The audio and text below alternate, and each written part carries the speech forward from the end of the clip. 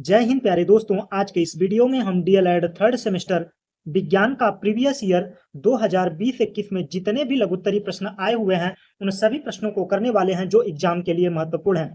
तो चलिए बढ़ते हैं प्रश्नों की ओर। तो पहला प्रश्न है, मनुष्य के उत्सर्जन तंत्र का नामांकित चित्र बनाकर कार्य बताएं। तो आइए चित्र के माध्यम से उत्सर्जन तंत्र को पढ़ते हैं। तो सबसे पहले उत्सर्जन को जानते हैं कि उत्सर्जन है क्या। तो उत्सर्जन क्या है? तो शरीर में बने अपशिष्ट पदार्थों को बाहर निकालने की प्रक्रिया को क्या कहते हैं? उत्सर्जन कहते हैं। और उत्सर्जी अंग किसे कहते हैं? जिन अंगों द्वारा शरीर के अपशिष्ट पदार्थों को बाहर निकाला जाता है उन्हें क्या कहते हैं? उत्सर्जी अंग कहते हैं। उत्सर्जी अंग के बाद में आता है उत्सर्जी तंत्र। जब कई अंग मिलकर उत्सर्जन प्रक्रिया को पूरा करते हैं तो उसे क्या कहते हैं? उत्सर्जन तंत्र कहते हैं। तो आइए उत्सर्जन तंत्र के बारे में जानते हैं। तो सबसे पहले किडनी। किडनी का काम है कि हमारे रक्त में उपस्थित अपशिष्ट पदार्थों को बाहर निकालता है और उसके साथ ही यूरिया को भी बाहर निकालता है। यूरिया को बाहर निकालने के बाद में वहां से निकल कर यह मूत्र वाहिनी, एक नली है जिस नली के जरिए इस मूत्राशय में स्टोर होता है। मूत्राशय एक थैलेनुमा आकृति का अंग है जिसमें अपशिष्ट पदार्थों को इकट्ठा किया जाता है अस्थायी रूप से, फिर कुछ देर बाद इन्हें मूत्र मार्ग से बाहर निकाल दिया जाता है। यह पूरा उत्सर्जन तंत्र है। उत्सर्जन तंत्र समझ में आया, उत्सर्जन अंग भी और उत्सर्जन भी। बढ़ते हैं अगले प्रश्न की ओर। जापानी मस्तिष्क ज्वर किस कारण से होता है और इस रोग के लक्षण तथा बचाव के उपाय बताइए। तो आइए जानते हैं कि जापानी ज्वर है क्या। तो जापानी ज्वर वायरस के कारण होता है। तो जापानी ज्वर में क्या है कि मॉस्किटो या मच्छर के द्वारा यह रोगों का सम्मोहन होता है। जब किसी भी व्यक्ति को यह मच्छर काट लेते हैं तो उन्हें जापानी ज्वर हो जाता है। और जापानी ज्वर के लक्षण क्या क्या, सिम्टम क्या क्या दिखाई देते हैं? तेज बुखार आना, हेडेक का मतलब है सिर दर्द होना, सिर दर्द दिखाई देगा। नेक स्टिफनेस, नेक स्टिफनेस का मतलब है गले में अकड़न आना। यह सारी चीजें इस जापानी बुखार के कारण देखने को मिलता है। और इसके उपाय क्या क्या है, इसके बचाव क्या क्या है? तो जापानी बुखार के बचाव के लिए क्या क्या चीजें करनी होती है?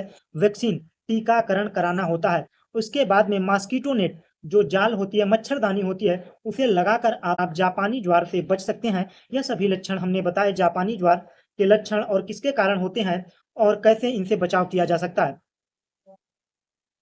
तो जापानी ज्वर के कारण क्या होते हैं? वायरस होते हैं जिनके कारण संक्रमित मच्छर के काटने से मनुष्य में फैलता है।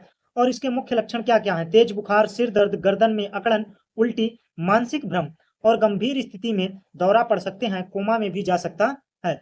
और बचाव के लिए टीकाकरण, रोग से बचने के लिए टीका लगवाना होता है। और मच्छरों से बचाव के लिए मच्छरदानी का भी प्रयोग करते हैं। यह सारी चीजें क्लियर हुई। बढ़ते हैं अगले प्रश्न की ओर। तो अगला प्रश्न है, प्राकृतिक संपदा का अपव्यय मानव जाति के उत्तरजीविता के लिए खतरनाक है, कारण सहित स्पष्ट कीजिए।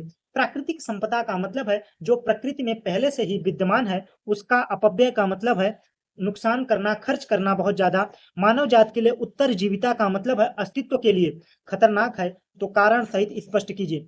तो जो संसाधन उपलब्ध है, जैसे प्रकृति में पेड़ उपलब्ध है तो हमें पर्याप्त मात्रा में ऑक्सीजन मिलता है। अगर इन पेड़ों की कटाई करेंगे तो ऑक्सीजन की कमी होगी। उसके अलावा जो औद्योगिकीकरण हो रहा है, जो वायु प्रदूषण, कल कारखानों से कचरा निकल रहा है, उन्हें नदियों में बहाया जा रहा है जिससे जल प्रदूषित हो रहा है और इनसे निकलने वाला धुआं वायु प्रदूषित कर रहा है। अगर इन चीजों को कंट्रोल में नहीं किया गया, अपव्यय इसी तरीके से चलता रहा, तो आने वाले दिनों में काफी समस्या देखने को मिलेगी। तो आइए उन समस्या के बारे में जानते हैं। तो पहला समस्या क्या है? प्राकृतिक संपदा का अपव्यय मानव जाति के उत्तरजीविता के लिए अत्यंत खतरनाक है। संसाधनों की समाप्ति, मतलब प्रकृति के द्वारा जो संसाधन पर्याप्त मात्रा में है, जैसे पेट्रोल, कोयला, कई महत्वपूर्ण अनवीकरणीय, अनवीकरणीय का मतलब है जो दोबारा नहीं बनाया जा सकता, जिन्हें मनुष्य नष्ट कर सकता है लेकिन दोबारा नहीं बना सकता, वो कैसी ऊर्जा है? अनवीकरणीय ऊर्जा है। और नवीकरणीय ऊर्जा वो है जो डेली निकल रही है, अगर उपयोग करें या ना करें फिर भी हमें उतनी ऊर्जा मिलती रहती है। जैसे सूर्य का निकलना, अगर सूर्य से सोलर ऊर्जा बनाकर हम उपयोग करते हैं तो वह कभी खत्म होने वाला नहीं। जो कभी खत्म होने वाला नहीं है वो क्या है? नवीकरणीय ऊर्जा। और जो खत्म होने वाला है वो क्या है? अनवीकरणीय ऊर्जा। इसको भी याद रखिएगा, यह भी प्रश्न पूछ सकता है। इनकी बर्बादी से भविष्य की पीढ़ियों के लिए समाप्त हो जाएगा, इनसे ऊर्जा का संकट उत्पन्न होगा। अगर आज हम बहुत तेजी से डीजल पेट्रोल का उपयोग करेंगे तो आगे आने वाले दिनों में डीजल पेट्रोल समाप्त हो जाएगा, तो आगे आने वाली पीढ़ियों के लिए गाड़ी चलाने के लिए, मशीनों को चलाने के लिए यह तेल नहीं मिलेगा। तो पर्यावरणीय प्रदूषण, संसाधनों के अंधाधुंध उपयोग से जिस तरीके से फैक्ट्रियां लग रही हैं, कल कारखानों से अपशिष्ट पदार्थ बहाए जा रहे हैं, इससे वायु, जल, मृदा प्रदूषण बढ़ता है, जो मानव स्वास्थ्य और पारिस्थितिक तंत्र के लिए घातक है। पारिस्थितिक संतुलन, वनों की कटाई से वन्य जीवों का आवास नष्ट हो जाता है। अगर आप जो संतुलन बना हुआ है, जंगलों में शेर रहते हैं, अन्य जीव जंतु रहते हैं, अगर उनका कटाई करेंगे तो वन्य जीवों का आवास नष्ट होगा, जिससे जलवायु परिवर्तन होगा। जलवायु किसे कहते हैं? जो मौसम किसी स्थान पर लंबे समय तक कई वर्षों से वही मौसम चला आ रहा है तो क्या कहलाता है? जलवायु कहलाता है। और जो परिवर्तन होता रहता है वो क्या कहलाता है? मौसम कहलाता है। तो बाढ़, सूखा जैसी प्राकृतिक आपदाओं का खतरा बढ़ता है। अगर आप पर्यावरण प्रदूषण करेंगे, पारिस्थितिक असंतुलन बनाएंगे, तो इससे आने वाली पीढ़ियों को काफी परेशानियों का सामना करना पड़ेगा। बढ़ते हैं अगले प्रश्न की ओर। तो अगला प्रश्न है, संतृप्त और असंतृप्त हाइड्रोकार्बन में अंतर बताइए। और मार्स गैस क्यों कहते हैं? मीथेन को मार्स गैस क्यों कहते हैं? तो हाइड्रोकार्बन जो है वह दो प्रकार के होते हैं। पहला संतृप्त हाइड्रोकार्बन, दूसरा होता है असंतृप्त हाइड्रोकार्बन। संतृप्त हाइड्रोकार्बन परमाणु के मध्य में केवल एकल बॉन्ड होता है। जब दो कार्बनों के बीच में केवल एकल बॉन्ड के जरिए उसके बाद हाइड्रोजन जुड़े होते हैं, वो क्या कहलाता है? संतृप्त। क्या कहलाता है? संतृप्त।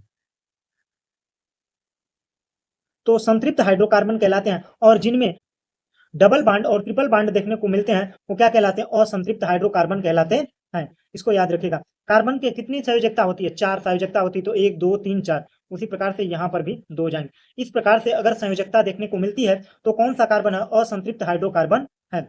और दूसरा, यह अपेक्षाकृत कम क्रियाशील होते हैं। इनकी जो एकल बॉन्ड होता है बहुत मजबूत होता है, इसलिए यह ज्यादा क्रियाशील नहीं होता है। लेकिन अगर डबल बॉन्ड वाला और ट्रिपल बॉन्ड वाले की बात करें तो यह क्रियाशील अधिक होता है, क्योंकि इसमें एक सिंगल बॉन्ड होता है, 2 पाई बॉन्ड होते हैं। जो पाई बॉन्ड होते हैं यह साइड ओवरलैपिंग करते हैं, और जो सिंगल बॉन्ड होते हैं ये हेड टू हेड ओवरलैपिंग करते हैं। तो उदाहरण मीथेन, एथेन एक किसके हैं? संतृप्त हाइड्रोकार्बन के हैं, जिसमें एल्केन ग्रुप आता है। तो एल्केन ग्रुप का फार्मूला क्या है? CnH2n+2। और एल्कीन का फार्मूला होता है CnH2n, और एल्काइन का CnH2n-2। यह फार्मूले याद भी रखिएगा, क्योंकि इससे भी पूछ सकता है। बढ़ते हैं अगले प्रश्न की ओर। तो इसी में प्रश्न दिया था, मीथेन को मार्स गैस क्यों कहते हैं? तो मीथेन गैस दलदली क्षेत्रों, पेड़ पौधों के सड़ने गलने से उत्पन्न होता है, इसी कारण से इसे मार्स गैस भी कहा जाता है। आइए चित्र के माध्यम से समझते हैं। तो देखिए, जब सी के बीच में सिंगल बॉन्ड हो, हाइड्रोजन सिंगल बॉन्ड बना रहा हो, तो यहाँ पर कौन सा होगा? संतृप्त बॉन्ड होगा। जहां पर सिंगल बॉन्ड होगा वह संतृप्त हाइड्रोकार्बन होगा। जहां पर डबल डबल बॉन्ड होंगे वहां पर कौन सा होगा? असंतृप्त हाइड्रोकार्बन होगा। और जहां पर नदियों में पेड़, पत्तियां, पौधे सड़ते हैं तो उससे कौन सी गैस निकलती है? मीथेन गैस, जिसे मार्स गैस भी कहते हैं। बच्चों में होने वाले डायबिटीज को क्या कहते हैं? इसके क्या लक्षण है? तो बच्चों में होने वाले डायबिटीज को सामान्यतः टाइप 1 डायबिटीज कहा जाता है। यह एक प्रकार का ऑटो इम्यूनो रोग है, जिसमें शरीर की प्रतिरक्षा प्रणाली, मतलब एंटीबॉडीज जो होती हैं, जो रोगों से हमारे शरीर की रक्षा करती हैं, वह अग्नाशय से इंसुलिन बनाने वाली कोशिकाओं को नष्ट कर देता है। और इसके अलावा इसके लक्षण क्या क्या हैं? तो अगर आपको डायबिटीज है तो अत्यधिक प्यास लगेगी, बार बार पेशाब आएगा, अधिक भूख लगने पर भी वजन का घटना होगा, अत्यधिक थकान और कमजोरी महसूस होगी। यह डायबिटीज के पेशेंट को देखने को मिलता है। बढ़ते हैं अगले प्रश्न की ओर। तो अगला प्रश्न है, जलीय या भौतिक पर्यावरण के घटक उदाहरण सहित समझाइए। तो किसी भी पर्यावरण के निर्जीव भागों भौतिक पर्यावरण का घटक कहते हैं। इनके मुख्य घटक निम्नलिखित हैं। जैसे प्रकाश, यह ऊर्जा का मुख्य स्रोत है जो पौधों के प्रकाश संश्लेषण के लिए आवश्यक है। तापमान, यह जीव के उपापचय क्रियाओं को प्रभावित करता है। और जल, यह सभी जीवों का जीवन का आधार है। वायु, इनमें जीवन के लिए आवश्यक गैसें ऑक्सीजन, कार्बन डाइऑक्साइड आदि होती है। मृदा, यह पौधे का आधार और पोषक तत्व प्रदान करता है। यह जलीय और भौतिक पर्यावरण के घटक हैं। बढ़ते हैं अगले प्रश्न की ओर। तो अगला प्रश्न है, वास्तविक एवं आभासी प्रतिबिंब में अंतर बताइए। तो वास्तविक प्रतिबिंब यह तब बनता है जब प्रकाश की किरणें परावर्तन के या अपवर्तन के बाद वास्तव में किसी बिंदु पर मिलती हैं। जैसे प्रकाश का परावर्तन हुआ, परावर्तन के बाद में यह प्रकाश की किरणें जहां पर काटती हैं वहां पर कौन सा प्रतिबिंब बनेगा? वास्तविक प्रतिबिंब बनेगा। आभासी प्रतिबिंब की बात करें, यह तब बनता है जब प्रकाश की किरणें एक बिंदु पर आती हुई प्रतीत होती हैं लेकिन वास्तविक में नहीं मिलती हैं, तो वहां पर आभासी प्रतिबिंब होगा। इसे पर्दे पर प्राप्त किया जा सकता है, लेकिन इसे पर्दे पर प्राप्त नहीं किया जा सकता। वास्तविक प्रतिबिंब जो होगा इसे पर्दे पर प्राप्त किया जाएगा। और वास्तविक प्रतिबिंब सदैव उल्टा होता है और आभासी प्रतिबिंब सदैव सीधा दिखाई देता है। बढ़ते हैं अगले प्रश्न की ओर। पेट्रोल को जीवाश्म ईंधन क्यों कहा जाता है?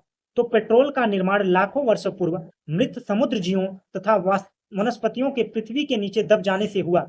अत्यधिक ताप दाब के कारण यह मृत जीव जीवाश्म धीरे धीरे पेट्रोलियम में परिवर्तित हो गए। चूंकि यह ईंधन जीवाश्म से प्राप्त होता है, इसलिए पेट्रोल को जीवाश्म ईंधन भी कहा जाता है। तो आइए समझते हैं। तो सबसे पहले करोड़ों साल पहले जब पृथ्वी पर जीवन नहीं था, तो शुरू शुरू में इस प्रकार से जीवन आरंभ हुआ, पेड़ पौधे आरंभ हुए। लेकिन आंतरिक विस्फोट के कारण क्या हुआ, यह सभी जीव नीचे दब गए और कई सालों तक नीचे दबे रहने के कारण यह जीवाश्म पेट्रोलियम में बदल गए, जिन्हें आज हम पेट्रोल डीजल के रूप में उपयोग करते हैं। तो वो सब क्या है, जीवाश्म है। कोयला भी क्या है, जीवाश्म है। बढ़ते हैं अगले प्रश्न की ओर। मनुष्य के उत्सर्जन तंत्र का नामांकित चित्र का देखिए, एक ही साल में रिपीट हुए हैं। उत्सर्जन तंत्र के बारे में हमने पहला ही प्रश्न था, बेहतर तरीके से पढ़ाया है।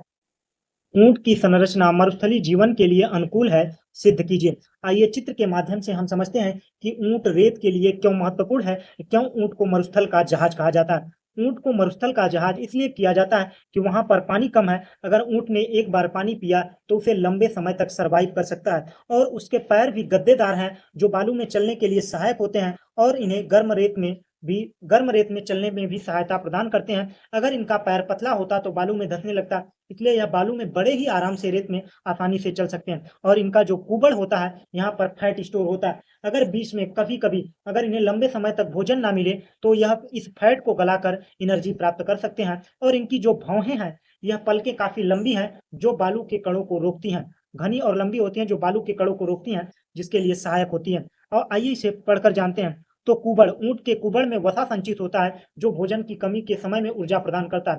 गद्देदार तलवे चौड़े और गद्देदार होते हैं, इससे रेत में चलने में सहायक होता है, गर्म रेत से बचाव करता है। लंबी पलकें, घनी और लंबी पलकें रेत के कणों से बचाती हैं।